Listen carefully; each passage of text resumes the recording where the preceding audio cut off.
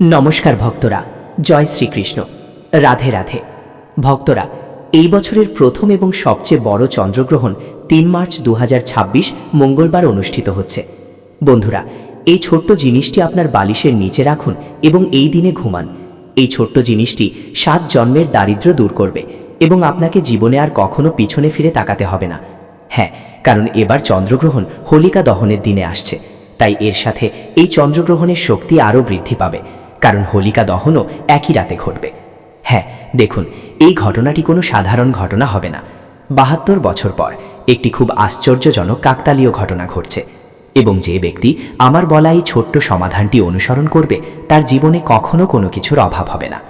অর্থাৎ অর্থ আসবে, পারিবারিক সুখ, শান্তি, সমৃদ্ধি, একটি বড় বাড়ি, একটি বড় গাড়ি, সব কিছুই পাওয়া যাবে।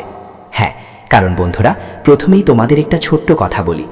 ভারতীয় ঐতিহ্যে যখন ২রা মার্চ চন্দ্রগ্রহণ হয়, তখনই তা কেবল একটি জ্যোতির্বিদ্যা সংক্রান্ত ঘটনা হিসেবে বিবেচিত হয় না, বরং মন এবং ভাগ্যের সাথে যুক্ত একটি গভীর আধ্যাত্মিক মুহূর্ত হিসেবে বিবেচিত হয়। কারণ চাঁদ আমাদের মন, আমাদের আবেগ, আমাদের স্মৃতি এবং পারিবারিক সুখের একটি কারণ। তাই প্রথমে আমি তোমাদের চন্দ্রগ্রহণ সম্পর্কে সমস্ত তথ্য দিচ্ছি। এটি কখন ঘটবে, কোন সময়ে ঘটবে, চন্দ্রগ্রহণের উৎস কখন বৈধ হবে এবং কোন তারিখে চন্দ্রগ্রহণ ঘটবে। আমি এই ভিডিওতে তোমাদের এই সমস্ত ব্যাখ্যা করব এবং তোমরা যে প্রতিকারটি শুনতে এই ভিডিওটি খুলেছিলে, আমি খুব শীঘ্রই এই ভিডিওতে সেই প্রতিকারটিও উপস্থাপন করব। তবে তার আগে আমি তোমাদের হাত জোড় করে অনুরোধ করছি, দয়া করে এই ভিডিওটি লাইক করুন এবং মন্তব্য বিভাগে জয় মা লক্ষ্মী লিখুন। মা লক্ষ্মী তোমাদের সকল ইচ্ছা পূরণ করবেন। মা লক্ষ্মী এই হোলিতে অবশ্যই তোমাদের বাড়িতে আসবেন। হ্যাঁ বন্ধুরা, বছরের প্রথম চন্দ্রগ্রহণ ৩রা মার্চ ২০২৬ তারিখে হতে চলেছে। আমি আপনাদের জানিয়ে রাখি যে বছরের প্রথম চন্দ্রগ্রহণটি ফাল্গুন মাসের পূর্ণিমা তিথিতে হোলিকা দহনের দিন ঘটবে। এই চন্দ্রগ্রহণ সিংহ রাশি এবং পূর্ব ফাল্গুনী নক্ষত্রে ঘটবে। এই চন্দ্রগ্রহণের সময় গ্রহ এবং রাশিচক্রের অবস্থান কি হবে, কি মনে রাখা উচিত এবং কি এড়ানো উচিত, ভিডিওর শেষে আমি আপনাদের এই সমস্ত বিষয়গুলি বলবো। তবে তার আগে আমি আপনাদের জানিয়ে রাখি যে মঙ্গলবার চন্দ্রগ্রহণ হবে এবং এই চন্দ্রগ্রহণ বিকেল ৩:২০ শুরু হবে এবং সন্ধে ৬:৪৬ শেষ হবে। সুতরাং সামগ্রিকভাবে এই গ্রহণটি ৩ ঘন্টা ২৭ মিনিট স্থায়ী হবে এবং এই গ্রহণ ভারতে দৃশ্যমান হবে। অতএব গ্রহণের সময় সূতক সময়কাল বিশেষ তাৎপর্যপূর্ণ, কারণ আমাদের শাস্ত্রে বর্ণিত জিনিসগুলি সাধারণ জিনিস নয়। বন্ধুরা, চন্দ্রগ্রহণের সূতককাল প্রায় ৯ ঘন্টা আগে শুরু হয়, তাই এই অনুসারে ৩রা মার্চ সকাল ৬:২০ সূতককাল শুরু হবে এবং এই সময়কালে সমস্ত শুভ কার্যকলাপ নিষিদ্ধ থাকবে, মন্দিরের দরজা বন্ধ থাকবে। এই সময় রান্না করা এবং খাবার খাওয়া, প্রার্থনা, হোবান, যজ্ঞ অথবা নতুন কাজ শুরু করা ইত্যাদি এড়িয়ে চলা উচিত। কিন্তু দেখো, এটা কলিযুগ। আজকের সময়ে মানুষ এইসব বিশ্বাস করে না, মানুষ এইসবকে হালকাভাবে নেয় এবং তারপর যখন জীবনে কিছু উল্টে যায় তখন তারা তাদের ভাগ্য এবং ভাগ্যকে দোষারোপ করতে শুরু করে। তাই বন্ধুরা, দয়া করে মনোযোগ দিন। এখন আমরা সেই সমাধানের দিকে এগিয়ে যাচ্ছি যা আপনি ভিডিওটি শুনতে খুলেছিলেন। হ্যাঁ বন্ধুরা, রাতে ঘুমানোর সময় আপনার বালিশের নিচে সেই ছোট্ট জিনিসটি কি রাখা উচিত? দেখো, এটি কোনো সাধারণ জিনিস নয়। এই জিনিসটিতে দেবী লক্ষ্মীর বিশেষ আশীর্বাদ রয়েছে। এতে ৩৩ কোটি দেবদেবীর আশীর্বাদ রয়েছে। আর এই জিনিসটা তোমার পারিবারিক দেবতার সাথে, তোমার পূর্বপুরুষের দেবতার সাথে সম্পর্কিত। হ্যাঁ, এই জিনিসটা কিনতে, এই জিনিসটা পেতে তোমাকে তোমার ঘর ছেড়ে যেতে হবে না। তুমি এটা তোমার বাড়িতেই পাবে। হ্যাঁ, তুমি কোনো ধর্মগ্রন্থ বা পুরাণে এই প্রতিকার সম্পর্কে তথ্য পাবে না।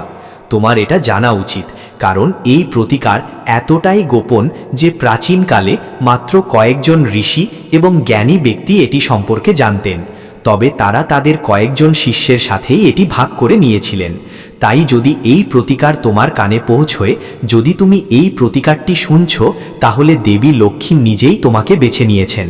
কারণ বন্ধুরা, এবার চন্দ্রগ্রহণের শক্তি আরও শক্তিশালী হবে, কারণ হোলিকা দহনও সেই দিনে হচ্ছে।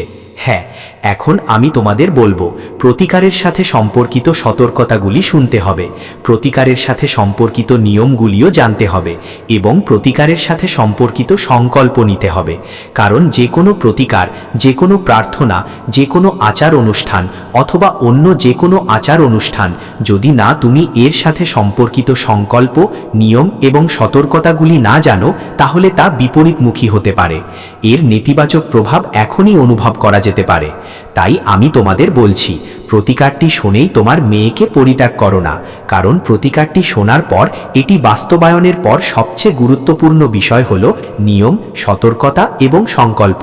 তাই বন্ধুরা, এটা মনে রেখো, যখন চন্দ্রগ্রহণ হোলির দিন পড়ে তখন অনেক জ্যোতিষী এটিকে একটি বিশেষ উপলক্ষ বলে মনে করেন, কারণ একদিকে রাহুর ছায়া চাঁদের উপর পড়ে এবং অন্যদিকে এটি আগুনকে শুদ্ধ করে। তাই বন্ধুরা, এই ঘটনাটিকে মন এবং কর্ম উভয়েরই পরীক্ষা হিসেবে বিবেচনা করা হবে। তাই এমন সময়ে যদি কেউ তার ভেতরের নেতিবাচক চিন্তাভাবনা, দারিদ্র্যের ভয়, ব্যর্থতার অনুভূতি এবং পুরনো বাধাগুলিকে চিনতে পারে এবং সেগুলি ত্যাগ করার সংকল্প নেয়, তাহলে এই সময়টি তার জীবনের সবচেয়ে বড় পরিবর্তন আনতে পারে। দেখুন, আজকের সময়ে প্রতিটি মানুষই কোনো না কোনো দুঃখে ভুগছে। কেউ বিবাহের জন্য আকুল, কেউ সন্তান কামনা করে, কারো ব্যবসা ভালো চলছে না, কারো চাকরিতে অসুবিধা হচ্ছে, কারো পরিবারে প্রতিদিন ঝগড়া বিবাদ লেগেই থাকে, কারো কাছে টাকা আসে কিন্তু তা থেমে থাকে না, তাদের ঘরে লক্ষ্মীর আশীর্বাদ সম্পূর্ণরূপে প্রবাহিত হওয়া বন্ধ হয়ে গেছে। কেউ আপনার ঘরে লক্ষ্মীকে বেঁধে রেখেছে, কেউ আপনার বুদ্ধিকে বেঁধে রেখেছে। তাই আজকের জীবনে এই ধরনের দুঃখে সবাই কষ্ট পাচ্ছে। তাই আজ আমি এই ভিডিওতে এই সমস্ত দুঃখের সমাধান নিয়ে এসেছি। দেখুন, এমন সুযোগ আর আসবে না। চন্দ্রগ্রহণ এবং হোলিকা দহন উভয়ই একই সাথে ঘটছে। মনোযোগ দিয়ে শুনুন। রাতে ঘুমানোর আগে বালিশের নিচে কোন জিনিসটি রাখা উচিত? তো বন্ধুরা, তোমাদের বলি, গ্রহণের সময় সৃষ্ট যোগ মনকে আলোড়িত করে।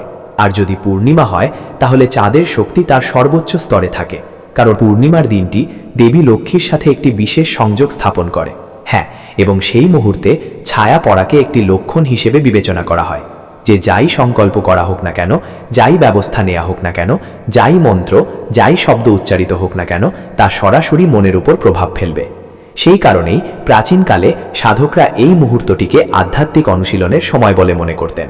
চন্দ্রগ্রহণের সময় সাধকরা প্রার্থনা, জপ, তপস্যা এবং দেবতার নাম জপ করতেন।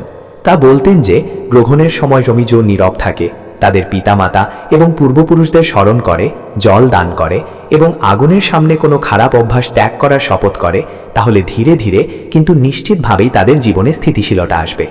দেখুন, আমি তোমাদের অনেকবার ব্যাখ্যা করেছি যে দারিদ্র্য কেবল অর্থের অভাব নয়, দারিদ্র্য চিন্তাভাবনার অভাব, আত্মবিশ্বাসের অভাব এবং সুযোগ চিনতে না পারার ফলেও হয়। দারিদ্র্য ও দারিদ্র্যের ফল। তাই যখন আপনি বলেন 7 প্রজন্মের দারিদ্র্য দূর করা উচিত, তখন এর অর্থ হল পরবর্তী 7 প্রজন্মের জন্য ইতিবাচক চিন্তাভাবনা, ইতিবাচক শক্তি, কঠোর পরিশ্রম এবং সঠিক দিক নির্দেশনার বীজ বপন করা।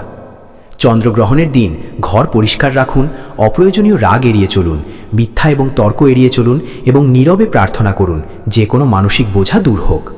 এই সব কিছুই সহজ মনে হতে পারে, কিন্তু এটি এই প্রতিকারের আসল ভিত্তি, কারণ এটি বাস্তবায়নের আগে আপনাকে নিজের মধ্যে পবিত্রতা গড়ে তুলতে হবে। এই প্রতিকারটি অবশ্যই বিশুদ্ধ ভক্তির সাথে করতে হবে, কারণ এই প্রতিকারটি করার সময় আপনি যত বেশি পবিত্র থাকবেন তত বেশি দ্বিগুণ বা 3 গুণ উপকার পাবেন। তাই আমি আপনাকে বলছি বন্ধুরা, আসুন ধীরে ধীরে একটি গোপন প্রতিকারের দিকে এগিয়ে যাই, যা খুব কম লোকই জানেন।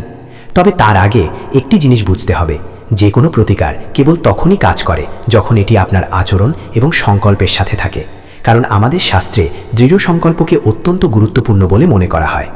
আমি আপনাকে বলি যে পরিবর্তন কেবল কোনো বস্তু ধারণ করে নয়, বরং আবেগ থেকেই আসে। এখন আমি আপনাকে যা বলতে যাচ্ছি তা মনোযোগ সহকারে শুনুন। গ্রহণের রাতে যখন সময় ঘনিয়ে আসবে, তখন আপনাকে অবশ্যই একটি ছোট সাদা কাপড় নিতে হবে। যদি আপনি এই প্রতিকারটি বুঝতে না পারেন অথবা আপনার যদি কোনো সন্দেহ বা প্রশ্ন থাকে, তাহলে মন্তব্য বিভাগে আমাদের জিজ্ঞাসা করতে দ্বিধা করবেন না। সবচেয়ে ভালো হবে যদি আপনি একটি কলম এবং কাগজ নিয়ে বসেন, আমি যে প্রতিকারটি বর্ণনা করেছি তা মনোযোগ সহকারে শোনেন এবং কোথাও লিখে রাখেন। তারপর দেখুন আপনার কি করতে হবে। আমি আপনাকে প্রথমে একটি পরিষ্কার সাদা পবিত্র কাপড় নিতে বলেছি, ঠিক আছে? তারপর আপনাকে যা করতে হবে তা হলো এতে কিছু কাঁচা চাল নিন। নিশ্চিত করুন যে এই চালটি ভাঙা নয়, ভাঙা চাল নয়, এটি সম্পূর্ণরূপে সম্পূর্ণ হওয়া উচিত। চালটি সম্পূর্ণ হওয়া উচিত। এবং দ্বিতীয় জিনিসটি হলো আপনার রান্নাঘর থেকে একটি ছোট চকচকে রূপালী জিনিস যদি পাওয়া যায় তার একটি ছোট টুকরো, একটি সাধারণ মুদ্রা এবং এক চিমটি হলুদ নিন। আপনার 3টি প্রধান জিনিস প্রয়োজন। দেখো, যদি তোমার ঘরে চকচকে রূপা না থাকে তাহলে তুমি 1 টাকার মুদ্রা ব্যবহার করতে পারো, কারণ এটিও চকচকে হবে এবং দেবী লক্ষ্মীর সাথেও সম্পর্কিত। তাই তোমাকে এই 3টি জিনিস মিশিয়ে তোমার 2 হাতে ধরতে হবে। এরপর চন্দ্র দেবতাকে স্মরণ করো এবং কল্পনা করো যে তোমার মনের অস্থিরতা দূর হতে পারে।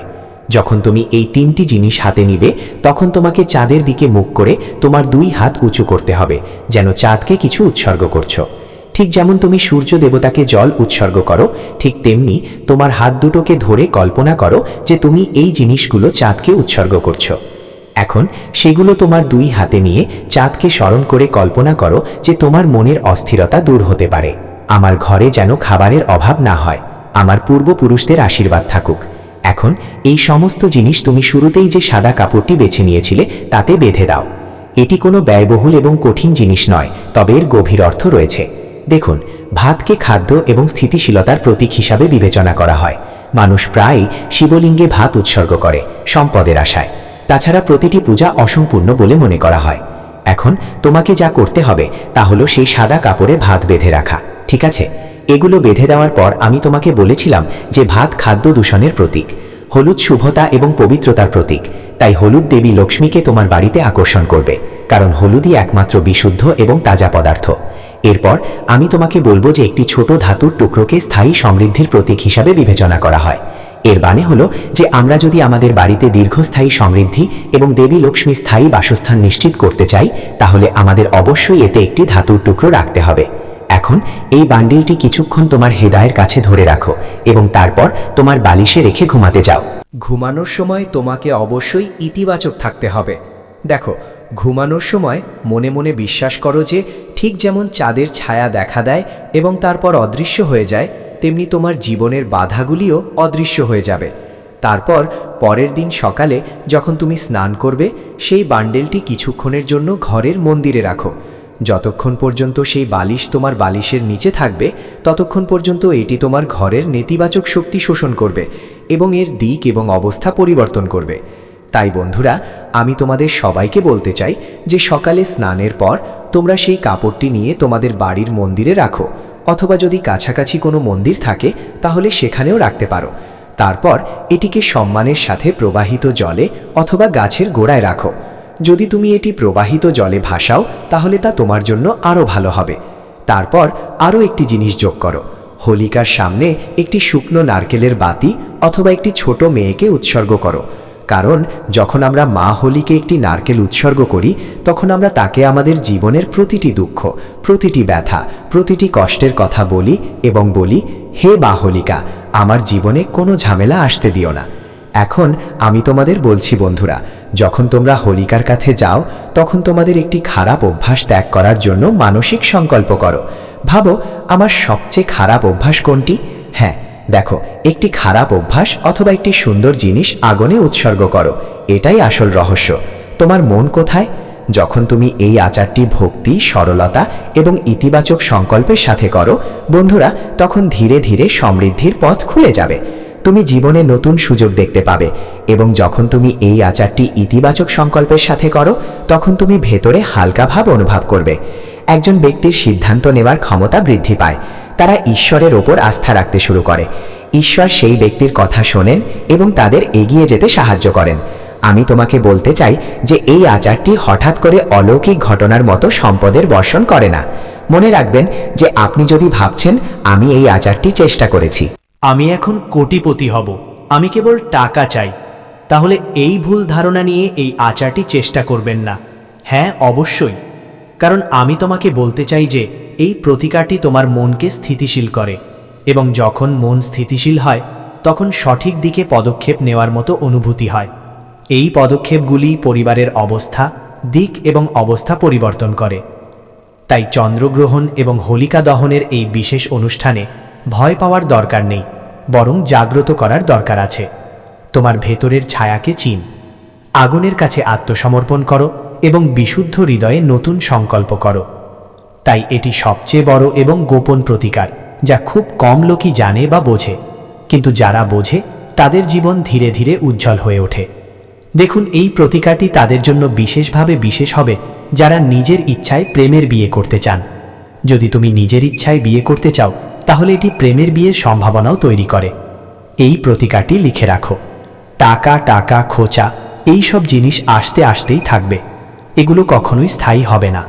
কিন্তু যখন তুমি দেবী লক্ষ্মীর জন্য এই প্রতিকারটি অনুশীলন করবে, বালিশের নিচে এই সুতো রেখে ঘুমাবে, তখন তোমার বাড়িতে দেবী লক্ষ্মীর বাসস্থান স্থায়ী হয়ে যাবে। আর এই দেখো, মাঝে মাঝে আমরা ভয়াবহ রোগে ভুগি।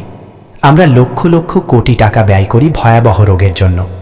প্রতিদিন পরিবারের সদস্যদের মধ্যে ঝগড়া এবং ঝামেলা হয়। তাই তোমাদের অবশ্যই এই প্রতিকারটি অনুশীলন করতে হবে। এবং আমি তোমাদের বলেছি কিভাবে তোমাদের মনকে ধরে রাখতে হবে, কারণ যদি এটা তোমাদের মনে থাকে তাহলে তা ভালো, আর যদি না থাকে তাহলে তা আরও ভালো। তাই তোমাদের মনকে একেবারে শান্ত, পরিষ্কার এবং পবিত্র রাখো। তাই বন্ধুরা, ধর্মীয় ভিডিও দেখতে পরম সত্য চ্যানেলটি সাবস্ক্রাইব করতে ভুলো না।